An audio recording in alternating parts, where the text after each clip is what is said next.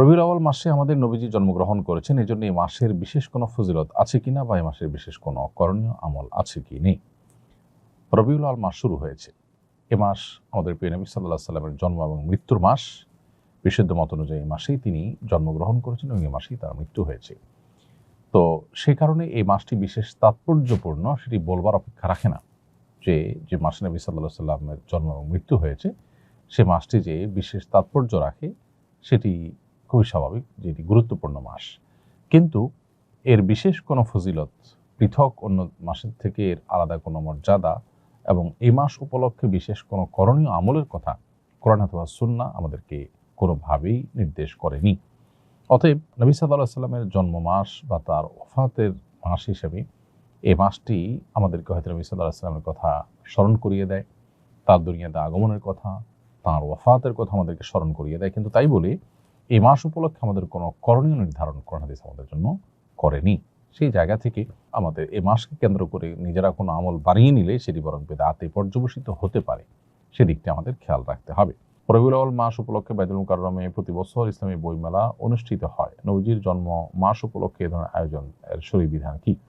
এটা মৌলিকভাবে কোনো নাজায়েজ বিষয় না, বরং দিন চর্চার জন্য বিভিন্ন উপলক্ষ খুঁজে দিন চর্চা করা, দিন ইলম চর্চা করা, এটা কোনো খারাপ বিষয় না।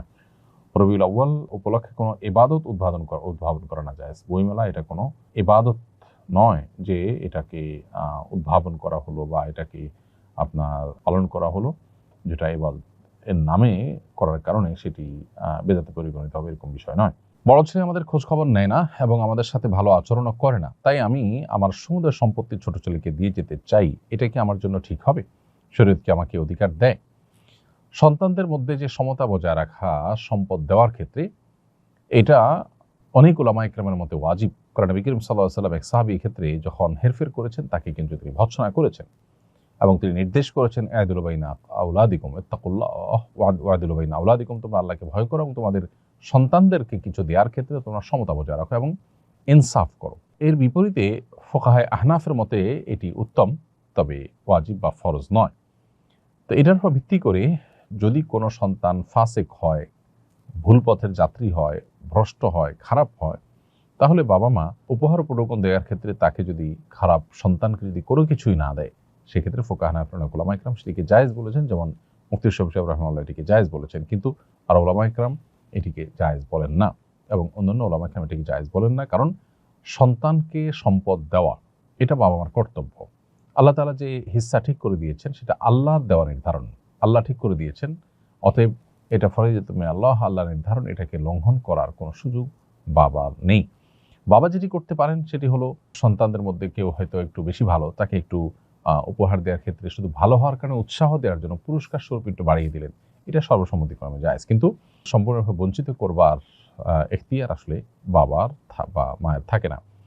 কারণ আল্লাহ এখানে নির্ধারণ করে দিয়েছেন, আল্লাহ তাআলা সম্পত্তি থেকে মাহরুম করবার অপশন রেখেছেন যদি কাফের হয়ে যায় সন্তান, মোরতাদ হয়ে যায় সেই ক্ষেত্রে।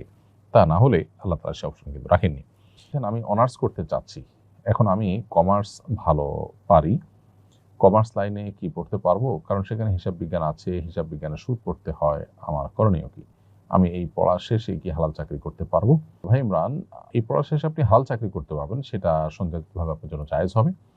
আর সুদের হিসাব কষা টষা এই বিষয়গুলো যদি আপনি এ উদ্দেশ্যে শেখেন যে আসলে কি পরিমাণ সুদের চর্চা আমাদের শিক্ষার নামে আমাদের পাঠ্যপুস্তকে, আমাদের শিক্ষা কারিকুলামে আছে, সে সম্পর্কে আপনি জানলেন এবং এটার প্রতি আপনার ঘৃণা তো আরও তৈরি হলো এবং অন্যদেরকে সতর্ক সচেতন করতে পারলেন, তাহলে সেক্ষেত্রে আপনি পড়তে পারেন। যদি আপনার উদ্দেশ্য হয় যে এটা শিখে আপনি সুদী প্রতিষ্ঠানে চাকরি করবেন, তাহলে সেটা আপনার জন্য নাজায়েজ হবে এবং গুনাহের কাজ হবে। এহরাম অবস্থায় ইচ্ছাকৃতভাবে সুগন্ধি ব্যবহার করা নিষেধ, কিন্তু কাবা শরীফের দরজার চৌকাঠ বা গায়ে সুগন্ধি লেগে থাকে, কেউ যদি অবশেষে দোয়া করার জন্য সেটা ধরে এবং তার হাতে সামান্য সুগন্ধি লেগে যায়, তাহলে এতে কোনো গুনাহ বা উমরার ক্ষতি হবে কিনা? উত্তর হলো, সামান্য সুগন্ধি যদি লেগে যায় ইচ্ছার বাইরে তাহলে গুনাহ হবে না, তবে সাদকাতুল ফিতর পরিমাণ সাদাকা করে দিতে হবে ইচ্ছার বাইরে যদি লেগে যায়। তাহলে দোকান উদ্বোধনের সময় সমাজে প্রচলিত মিলাদ পড়া জায়েজ হবে কিনা? দোকান উদ্বোধনের সময় বিসমিল্লাহ বা আল্লাহর নাম নিয়ে আপনি শুরু করবেন, যে কোনো ভালো কাজ আল্লাহর নাম নিয়ে শুরু করলেই যথেষ্ট হয়ে যায়। এই ছাড়া আপনি দোকান উদ্বোধনের নামে যদি প্রচলিত মিলাদের আয়োজন করেন, তাহলে সেটা শরীয়ী দৃষ্টিকোণ থেকে কোনো জায়েজ কাজ হবে না, বরং বিদআতে পরিগণিত হবে। নবী করিম সাল্লাল্লাহু আলাইহি সাল্লাম বা সাহাবায়ে কেরাম কারোর মধ্যেই কিন্তু এরকম কোনো আমল পাওয়া যায় না যে তারা কোনো ঘরবাড়ি উদ্বোধন করার জন্য কোনো বিশেষ আমল করে তারপরে বিশেষ কোনো আনুষ্ঠানিকতা করে এ জাতীয় কোনো কিছু করে তারা উদ্বোধন